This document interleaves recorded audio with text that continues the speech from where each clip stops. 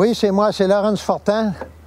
C'est un gars que j'ai commencé à trouver un métier, puis le seul métier que j'ai pu trouver, c'était démolisseur de bâtisses. Alors, j'ai commencé, je viens de Saint-Georges-de-Beauce, puis j'ai été monté à Sherbrooke, j'ai commencé à démolir des petits bâtiments, à démolir des bâtisses et à les défaire à la main. Dans ce temps-là, on faisait ça à main, et puis c'était fait tout à main. On pouvait vendre le matériel de gauche et à droite, et vous savez, avec le nombre des années puis tout, je me pensais heureux parce que je pouvais faire assez d'argent vite. Je pouvais faire des fois 10 000 $ d'un mois. Dans ce temps-là, c'était de la grosse argent dans les années 70, 60. Alors, moi, ce que je faisais, ça m'a monté à la tête, vous savez, parce que je sors de la ferme, moi, et je n'étais pas habitué à gagner des sommes de même. Quand j'en ai gagné gros, ça m'a gaspillé. Alors, embarqué dans le monde, et les gros messieurs, à la fin des compagnies m'appelaient à l'hôtel et ça se finissait par un verre de boisson. Alors, avec les années, ça m'a rendu alcoolique. Et ma femme avait de la misère avec moi à la fin parce que je n'étais pas souvent à la maison. Et c'est là vraiment que, souvent, je me renfermais dans les places publiques, je barrais des toilettes, j'allais là, puis je pleurais comme un enfant, puis je disais, c'est que je vais faire, je suis pas heureux, je vais mourir de même, puis je vais me réveiller devant le grand trône de Dieu, et là, il sera trop tard. Alors, j'avais des larmes. Et c'est là que j'ai pensé vraiment à chercher la face de Dieu. Mais où il a cherché la face de Dieu? Et le curé venait à la maison pour pouvoir consoler. Ma femme avait fait venir le prêtre. Puis le prêtre s'assisait à la table, il disait, faudrait quasiment que tu arrêtais ça. Puis c'est qu'il faisait? Il disait, tu vas venir avec l'ouvrier, on va réparer les confessionnals dans l'église. Tu sais que vous voulez que ça me faisait ça? Ça me faisait rien tout, ça. Ça valait rien. Ça me consolait pas mon cœur. J'avais encore ça dans le cœur qui était pris là. Tout était là depuis mon enfance, le péché, puis j'avais eu jamais la paix du cœur. Alors, je vous dis bien franchement, ça n'a pas résolu mon cas. Je continuais à démolir, mais toujours malheureux.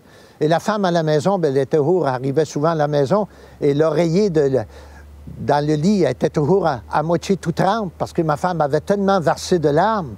Comment faire pour avoir la solution? Ma femme avait commencé à y avoir un avocat pour pouvoir me séparer. Et c'est sûr qu'elle avait 100 fois raison, parce qu'ils vivent avec un homme qui n'était pas à moitié à la maison, puis arriver toujours ivre à la maison, c'était pas drôle. Et je vous assure, alors, où trouver ce bonheur dans ce monde? C'est ça, je me disais, comment m'offrir pour avoir la paix du cœur? Je ne savais plus quoi faire, vraiment. Alors, j'ai dit quoi? Il va falloir un jour que je me décide de fléchir le genou à quelque part.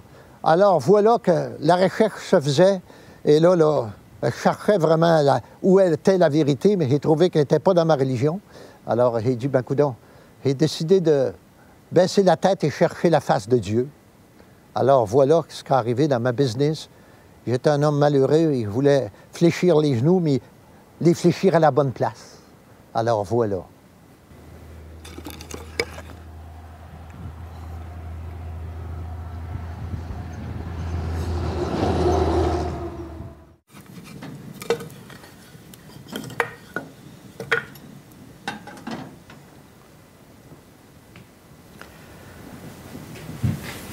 Et voilà que j'ai fléchi le genou, puis j'ai décidé vraiment de fléchir le genou devant le Seigneur. Et j'ai demandé au Seigneur, là, maintenant, prends ma vie et fais quelque chose avec. Parce que je voudrais être un homme heureux, moi aussi, sur la terre. J'aimerais ça, être heureux sur la terre, puis vivre avec un bonheur dans le cœur. Je ne connaissais pas ça, mais quand j'ai eu ce bonheur-là, ça a tout changé, ça a transformé ma vie. Parce que j'étais vraiment chargé depuis mon enfance.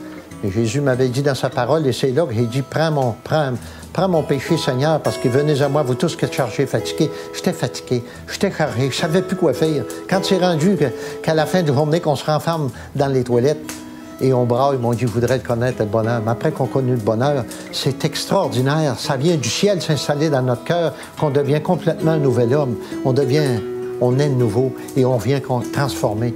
Alors voilà que ça s'est mis à aller merveilleux, les dialogues étaient dans la maison, et il y avait un langage merveilleux, et alors on se nourrissait de la parole de Dieu, et là, c'est là que le bonheur a commencé, en 1973, que Jésus-Christ a changé ma vie. Et c'est merveilleux, je dis à tous les gens qui sont malheureux, que les foyers sont à veille de se détruire, de se tourner vers Jésus-Christ, parce que Jésus-Christ seul change le cœur humain de l'homme, et il rend le bonheur à la personne, à quiconque demande, reçoit.